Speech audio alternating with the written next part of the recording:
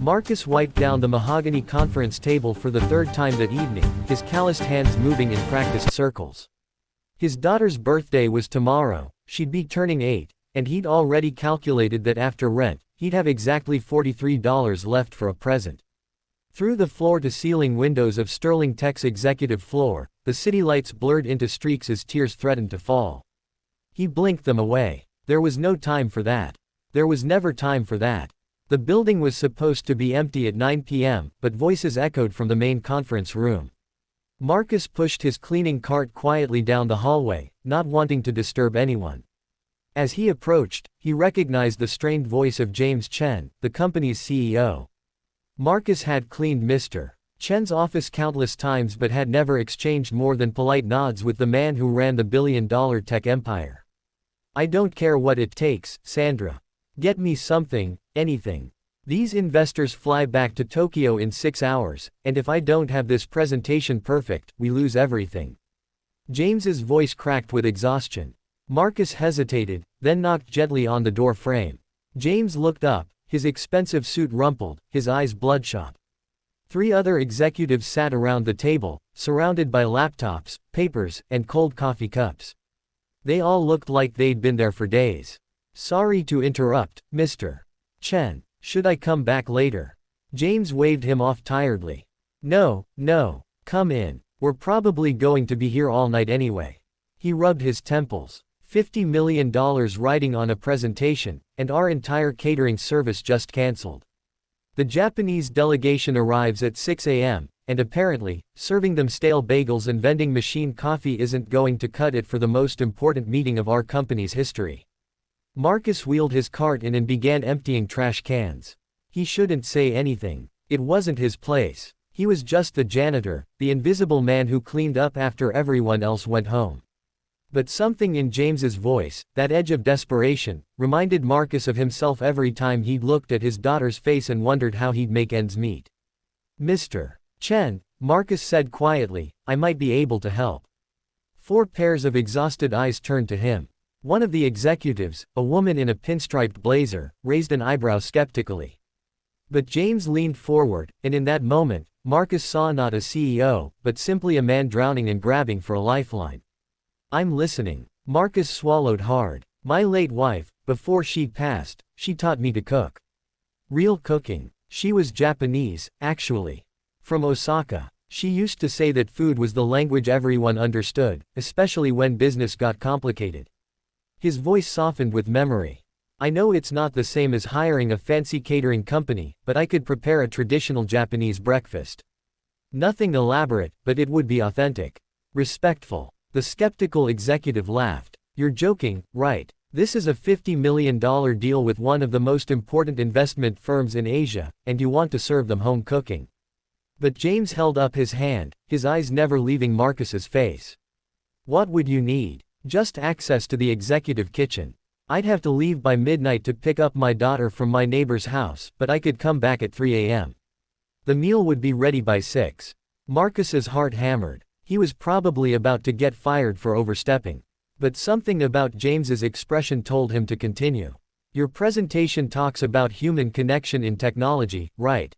About bringing people together. Maybe starting with a real human connection isn't such a bad idea." James stood up slowly, walked over to Marcus, and extended his hand. "What's your name?" "Marcus. Marcus Webb." "Marcus, I'm going to trust you. If you can do this, whatever you need is yours." The next few hours were a blur. Marcus called his neighbor to explain he'd be later than expected, then threw himself into preparation.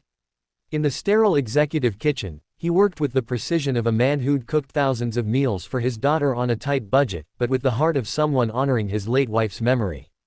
He prepared tamagoyaki, the delicate rolled omelets that Yuki had taught him to make, each layer folded with patience and care.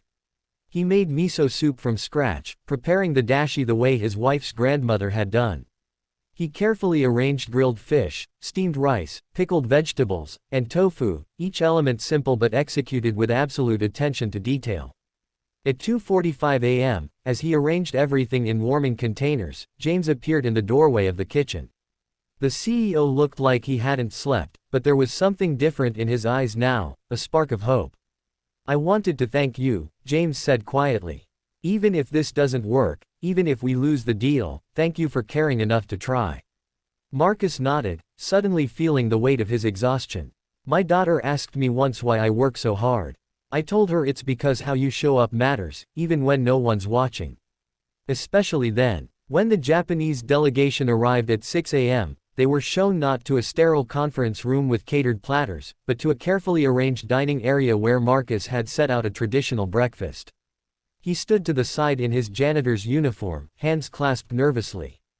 The lead investor, an elderly man named Mr. Takahashi, approached the table and stopped. His expression was unreadable as he studied each dish. Then slowly, deliberately, he picked up his chopsticks and took a bite of the tamagoyaki. His eyes closed. When they opened again, they were glistening with tears. Through his translator, Mr. Takahashi spoke. This breakfast, it reminds me of my mother's cooking. Of home. In all my years of business in America, no one has ever shown such respect for our culture. Tell me, who prepared this?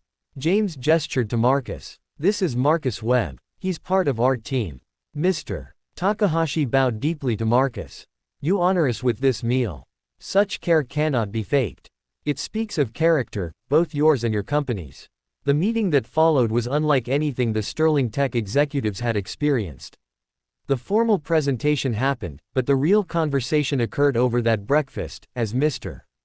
Takahashi shared stories of his childhood and James opened up about his own immigrant parents. The $50 million deal was signed before lunch. But the story doesn't end there.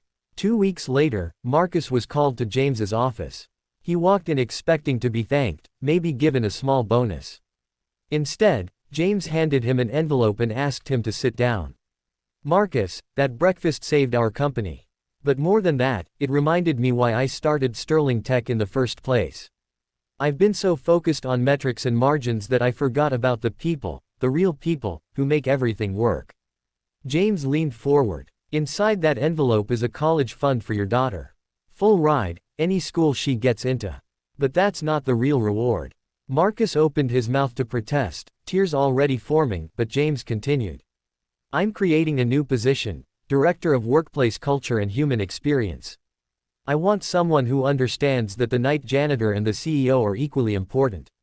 Someone who sees people, not positions. The salary is $120,000 to start. With full benefits. Marcus, I want you to help me rebuild this company's soul. Marcus couldn't speak. He thought of his daughter's birthday present, the used bicycle he'd managed to find for $50. He thought of all the nights he'd worked himself to exhaustion, wondering if he was doing enough, being enough. I'm just a janitor, he finally whispered. No, James said firmly.